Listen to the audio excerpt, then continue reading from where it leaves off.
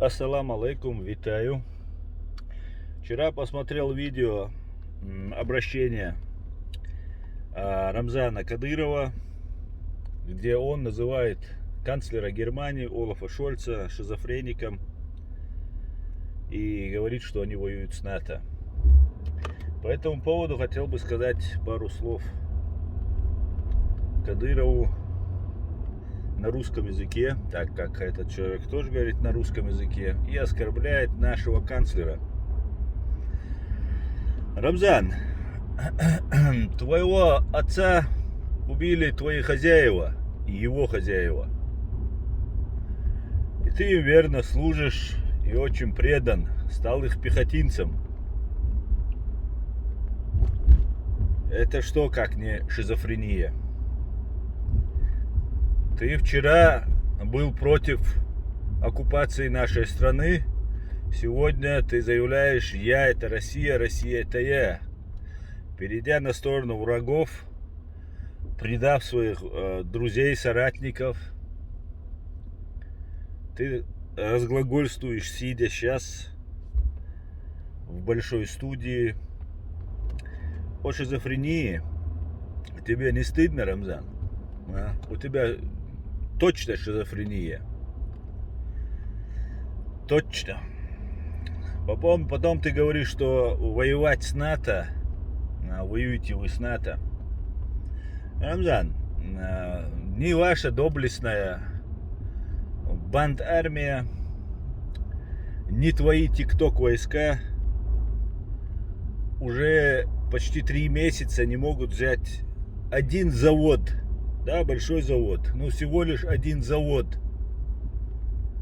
на территории Мариуполя, Азовсталь. О чем ты говоришь, Рамзан? Ты говоришь, ты какой-то воин, что ты при виде тебя 1500 наших воинов разбегались и так далее, и так далее. Расскажи лучше, как 9 человек, когда вошли в твою деревню, ты спрятался в подвал и трое суток не вылазил из этого подвала.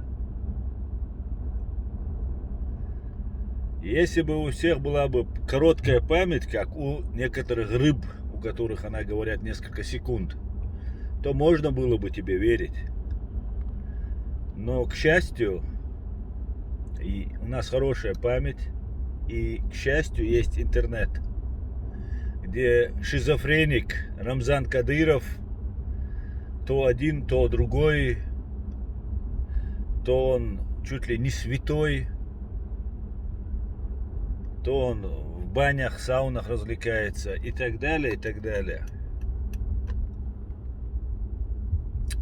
Кадыров, я тебе давно предлагал, давным-давно, еще год назад, даже больше назад я тебе предлагал, единственный твой выход — это программа защиты свидетелей, американская программа защиты свидетелей.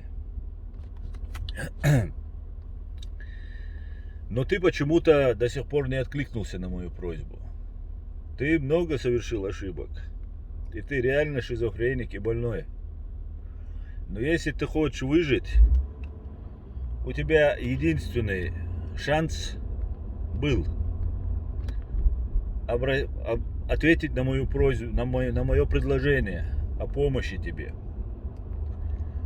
Поэтому в позу партера тебя поставит НАТО. И ты это увидишь в ближайшее время. Те русские, которым ты служишь, боятся как огня американцев и англичан. И в целом блок НАТО.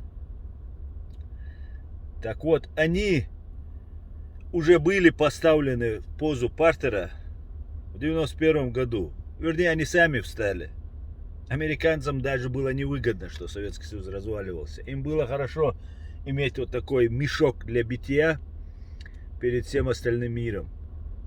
И НАТО тогда расширялось. А после того, как Советский Союз развалился, НАТО начало потихонечку загибаться.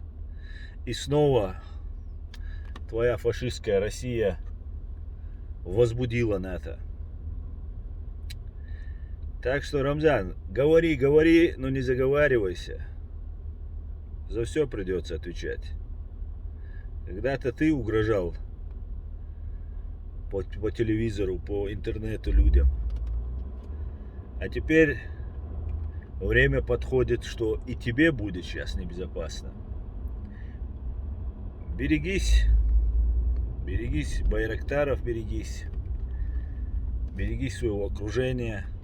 Поверь мне, если ты не отказался от предложения, найдутся люди, которые не отказались от этого предложения в твоем окружении. Честь имею, под русский холоп.